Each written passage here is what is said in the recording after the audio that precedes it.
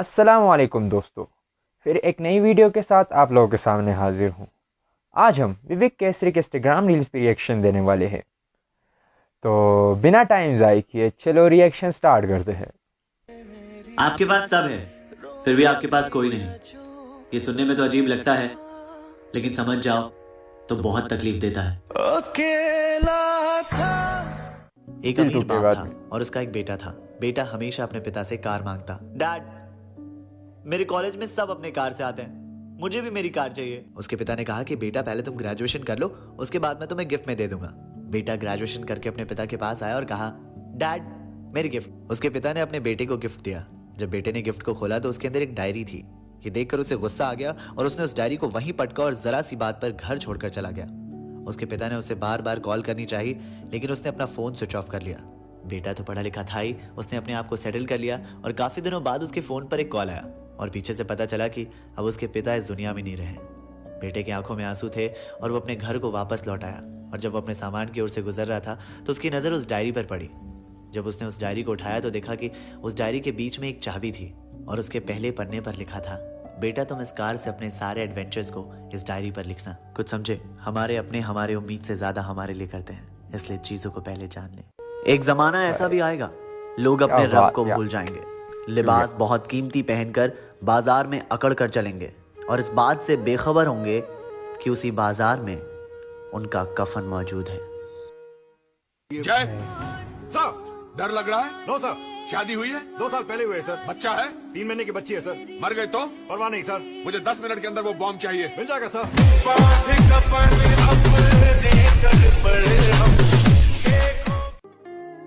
Miss किया मुझे? बहुत ज्यादा, और वैसे भी मैं 5 दिन के लिए आया हूँ और तेरे साथ ही रहने वाला हूँ। 5 दिन तो ऐसे बोल रहे हो जैसे पूरे 5 साल के लिए आए हो। कितना लड़ती है, ये ले।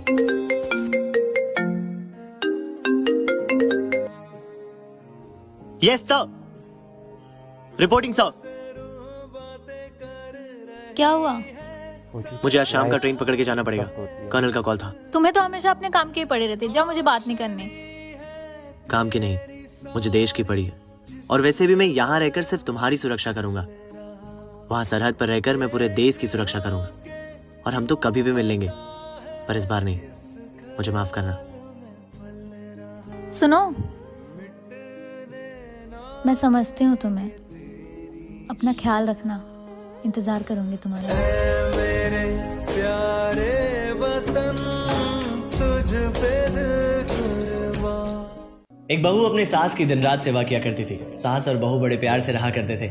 एक दिन घर में मेहमान आते हैं तो सासू माँ बहू से कहती है कि बेटा जरा किचन से पानी लेकर आना। तो बहू किचन से पानी ला रही होती है, तभी दरवाजे पे खड़ी होकर सुनती है कि सासू माँ मेहमान से कह रही है कि बेटी शक्कर के समान होती है जबकि बहू नमक के समान।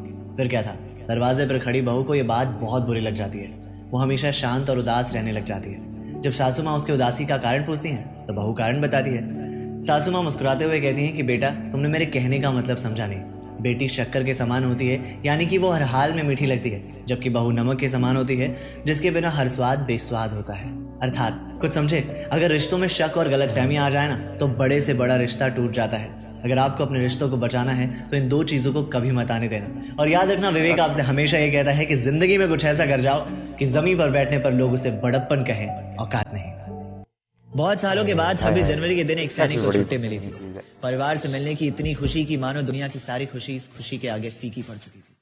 बॉर्डर छोड़कर अपने गांव की ओर निकला ही था कि तभी अचानक से बॉर्डर पर हमला हुआ और इस बात से ये सैनिक अनजान था और घर की ओर बढ़ रहा था कि तभी अचानक से इसकी नजर पीछे की ओर मुड़ी तो कुछ आतंकी इसकी ओर हथियार लेकर बढ़ रहे थे।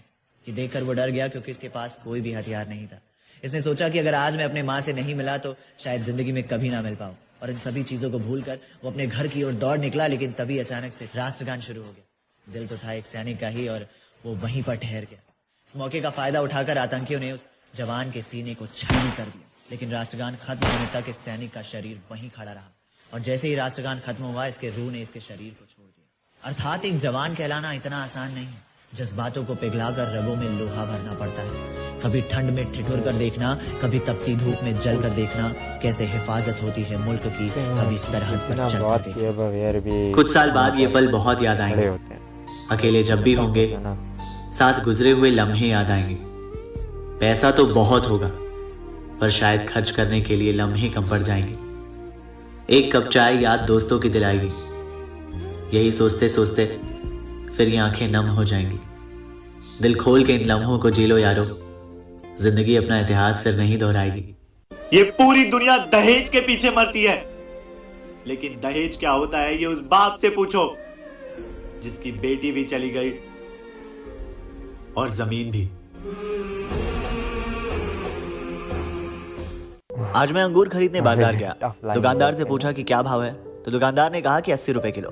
पास में ही कुछ अंगूर के टूटे हुए दाने रखे हुए थे। मैंने दुकानदार से पूछा कि इसका क्या भाव है।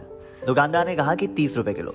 मैं कहा यार दोनों तो अंगूर ही हैं, फिर इसकी कीमत ज्यादा और इसकी कीमत कम क्यों? तो दुकानदार ने कहा कि ये अपने गुच्छे से अलग हो चुके हैं, ये एक एक दाने हो चुके हैं, इसलिए इनकी कीमत कम है।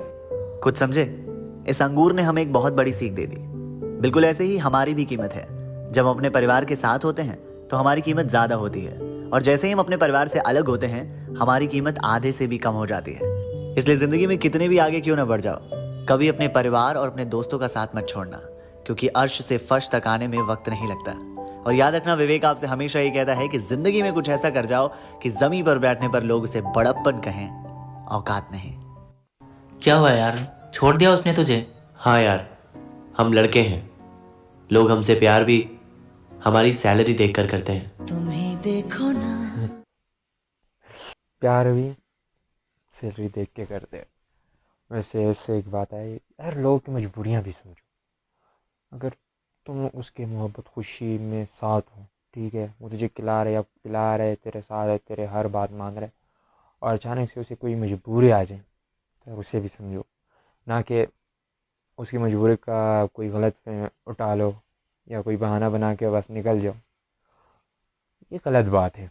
और बात रही इसकी वीडियोस की, तो काफ़ी इन्फॉर्मेशन, काफ़ी और दिल को छू जाने वाली लाइन्स होती है। यानी लोगों को बता रहे कि आप क्या, तुम लोग क्या कर रहे हो। वो अंगूर वाला तुम लोगों को मिसाल कितना अच्छा दिया है कि आप एक गुंचे में रहोगे ना तो महफूज रहोगे, जैसे गुंचे से अलग हो जाओगे ना तो बर्बादी, तुम्हारी कोई वैल्यू ही नहीं रहेगी।